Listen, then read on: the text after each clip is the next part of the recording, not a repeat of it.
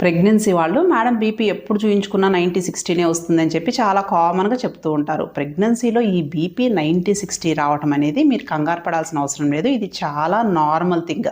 ఎందుకంటే ప్రెగ్నెన్సీలో progesterone hormone effect వలన బ్లడ్ వెజల్స్ అనేది రిలాక్సేషన్ ఉంటుంది అనమాట. దానివల్ల మదర్కి బేబీకి బ్లడ్ ఫ్లో అనేది స్మూత్గా జరుగుతూ ఉంటుంది.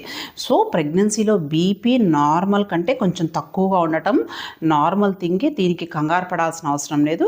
మెయిన్గా ఏంటి అంటే మీకు బాగా వీక్గా అనిపించడము, బాగా ఎక్కువ అలసటగా అనిపించడము, కళ్ళు తిరుగుతున్నట్టు అనిపించడం, బాగా ఎక్కువగా దాహంగా అనిపించడము, ఫెయింటింగ్ ఎపిసోడ్స్ కానీ ఇలాంటి ఏమన్నా ఉంటే మాత్రం మీరు ఏమన్నా కారణాల వల్ల ఉందా, నార్మల్ ప్రెగ్నెన్సీ చేంజెస్ ఏనా అని చెప్పి ఒకసారి మీ డాక్టర్ గారి కన్సల్టేషన్ తీసుకోండి.